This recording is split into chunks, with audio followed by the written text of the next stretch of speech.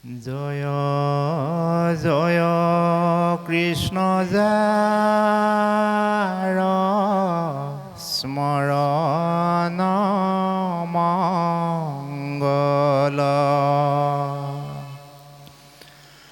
জাগ যোগাদিৰো হৰি নাম মহাফল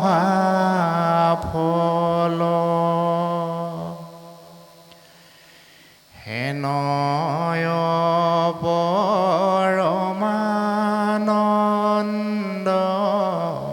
মাধৱ কনিত হুমৰিও নৰ নিৰন্তৰে এক চিত্ত কৃষ্ণ কথায় অমিত কপিউহা বধানে কৰিও যতন যাবে প্ৰাণথা কে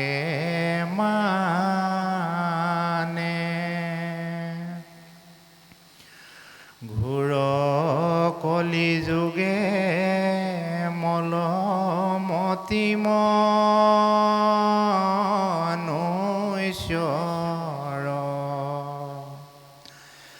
নাহি আন ধৰ্ম হৰি কীৰ্তন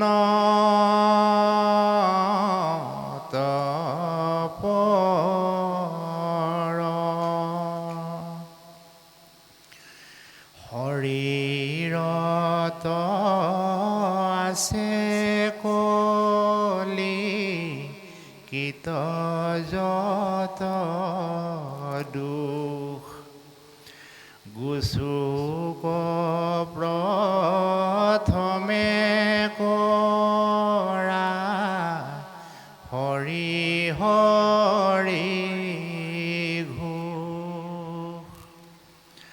কৃষ্ণৰ চৰণে কৰি অশেষ প্ৰণতি অচ্যুতৰ কিংকৰ শংকৰণী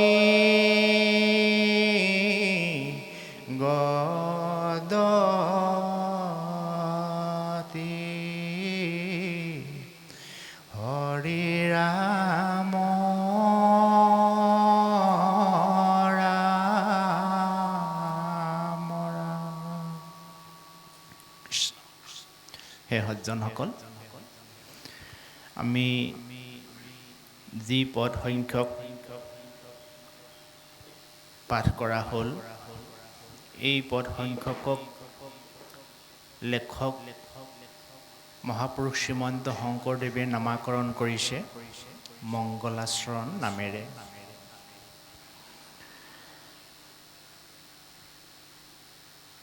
মহাপুৰুষ শ্ৰীমন্ত শংকৰদেৱে নিজকে অচ্যুতৰ কিংকৰ বুলি অভিহিত কৰিছে। অচ্যুত মানে প্ৰভু ভগৱন্ত, কিংকৰ মানে দাস বা সেৱক। প্ৰভু ভগৱন্তৰ এজন সেৱক হিচাপে এই সংসাৰত আবিৰ্ভাৱ হৈ মহাপুৰুষ শ্ৰীমন্ত শংকৰদেৱে সমগ্ৰ মানৱ জাতিৰ জীৱ উত্তৰণৰ কাৰণে যি অৱদান আগবঢ়াই গ'ল, এই অৱদানকেই এক শৰণ হৰিনাম ধৰ্ম বুলি আমাৰ মাজত পৰিচিত হৈছে। আৰু এই এক শৰণ হৰিনাম ধৰ্মৰ যোগেদি মানুহে জীৱন সাৰ্থক কৰিব পাৰিব। এই বাৰ্তা মহাপুৰুষ শ্ৰীমন্ত শংকৰদেৱে সমগ্ৰ মানৱ জাতিৰ কাৰণে আগবঢ়াইছে। তেখেতে আৰম্ভণিতেই পদ সংখ্যকত এই অমৃত কথাত উল্লেখ কৰিছে যে মংগলাচৰণ অৰ্থাৎ মংগল মানে পবিত্ৰ বা ভাল, আচৰণ মানে পালনীয় নীতি। যি নীতি পালন কৰিলে জীৱৰ মংগল হয় তাকে মংগলাচৰণ বোলে। অৰ্থাৎ শ্ৰীমদ ভাগৱত শাস্ত্ৰৰ আৰম্ভণিৰ পৰা শেষলৈকে এই 12টি স্কন্ধত প্ৰভু ভগৱন্তৰ গুণনাম ভকতৰ গুণনামেৰে সমৃদ্ধ আছে। তাৰ বাদে ভাগৱতত বেলেগ কথা একো নাই। প্ৰভু ভগৱন্তৰ গুণনাম আৰু ভকতৰ গুণনাম।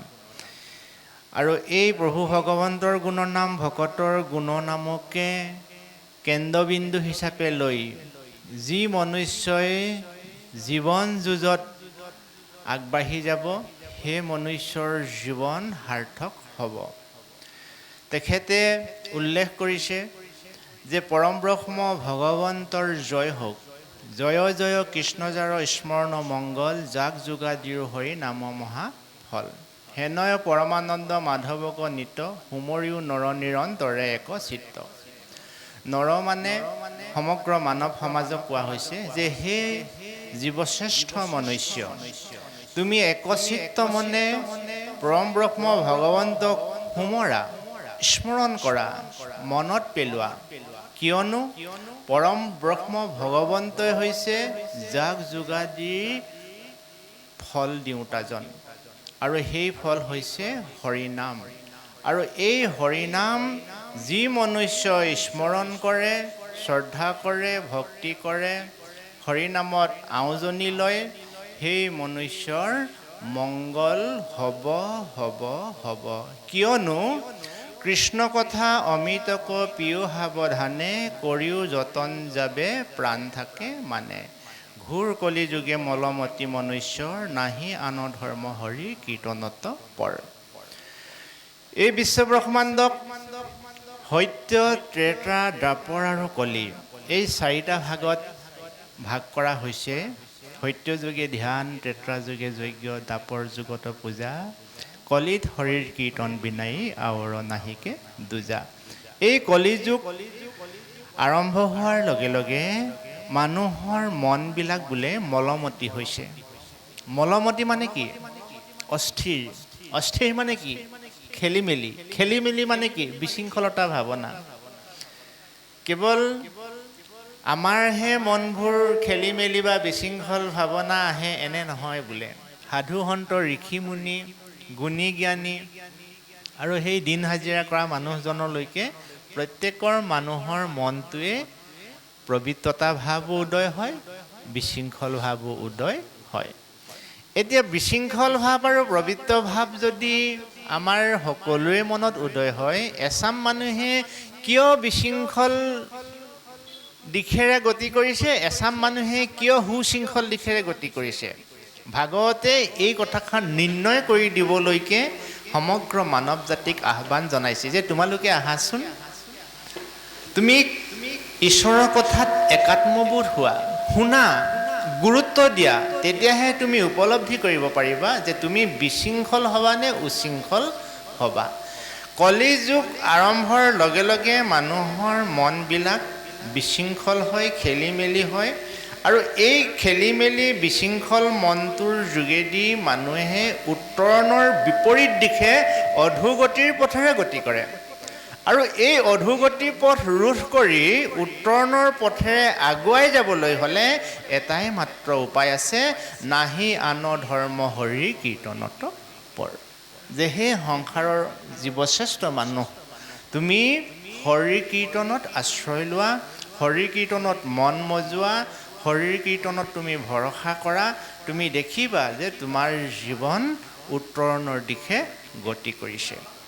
কাৰণ হৰি যত আছে কলিকিত যত দুখ, গুচুক প্ৰথমে কৰা হৰি হৰি ঘোষ। এই বিশ্বব্ৰহ্মাণ্ডত কলিকিত দুখ মানে কি? যিবিলাক আচৰণে মানুহৰ উত্তৰণত বাধা জন্মায় সেইবিলাককে কলিকিত দুখ বুলি কোৱা হয়। যেনে তক চখু মন মুখ নাখিকা শ্ৰৱণ এহি ছয় শত্ৰুঘূৰ জানিবা পৰম। হে সংসাৰৰ মনুষ্যগণ, জীৱশ্ৰেষ্ঠ মানুহ হৈও আমি শ্ৰেষ্ঠ পথৰ বিপৰীতে গতি কৰা মূল কাৰণটো হৈছে এই কলিকিত দুখবিলাকে আমাক শ্ৰেষ্ঠ পথলৈ যাবলৈ বাধা দিয়ে আৰু সিহঁতে আমাৰ অনিষ্ট হোৱা পথেৰেহে আদৰণি জনায়। কোনে কোনে আমাক আদৰণি জনায়? ত্বক, চকু, মন, মুখ, নাসিকা, শ্ৰৱণ। তাৰমানে আমি গম পালোঁ যে এজন মানুহে জীৱনত উত্তৰণৰ দিশত গতি কৰোঁতে তেওঁক বাধা দিয়া সেই অন্তৰায়বিলাক তেওঁ আত্মীয় স্বজন, ওচৰ চুবুৰীয়া, ককাই ভাই, সমাজ নহয়। এজন মানুহ সফলতাৰ দিশত আগুৱাই যোৱাত তেওঁক বাধা দিয়া অন্তৰায়বিলাক হৈছে তেওঁৰ নিজৰ এই পঞ্চভৌতিক দেহাটোতে লাগি থকা কিছুমান অংগ।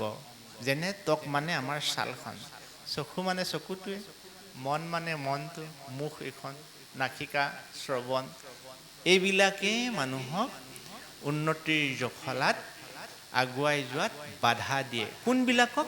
যিবিলাকে আত্মসংযম, আত্মনিয়ন্ত্ৰণ, আত্মবিশ্লেষণ এইবিলাক কৰিব নাজানে। মানে আত্মসংযম, আত্মনিয়ন্ত্ৰণ, আত্মবিশ্লেষণ কৰিব জনা যিটো ক্ষণ, সেই ক্ষণটোৱে হৈছে সাধুৰ সং, ভকতৰ সং, ঈশ্বৰৰ কথা চৰ্চন।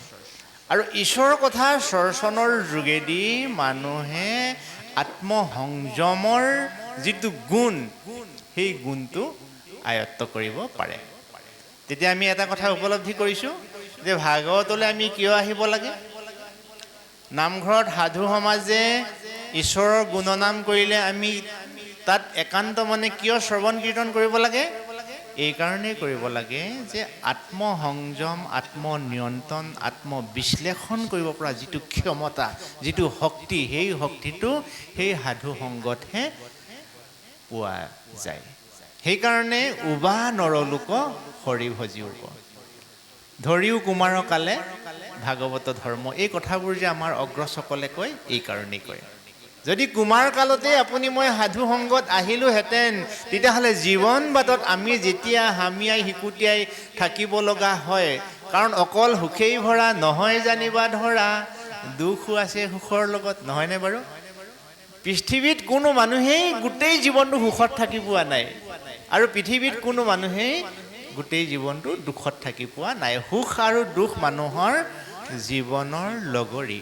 গতিকে সুখত থকা সময়ত যদি আমি এই আত্মসংযমৰ যিবিলাক কৌশল শিকি লওঁ, যিদিনাখন দুখ আহিব সেইদিনাখন আপুনি মই সেই কৌশলটো প্ৰয়োগ কৰি আমি দুখবিলাক নিলগলৈ আঁতৰাই দিব পাৰিম। ব্যৰ্থ জীৱন কোনে কামনা কৰে? কিন্তু কেতিয়াবা ব্যৰ্থতা মানুহৰ জীৱনত হৈ যায়। উজুতি খাম বুলি কোনেও চিন্তা নকৰে, কিন্তু মানুহে কেতিয়াবা উজুতি খাই যায়। সেই সময়ত আপুনি মই কি কৰিব লাগিব?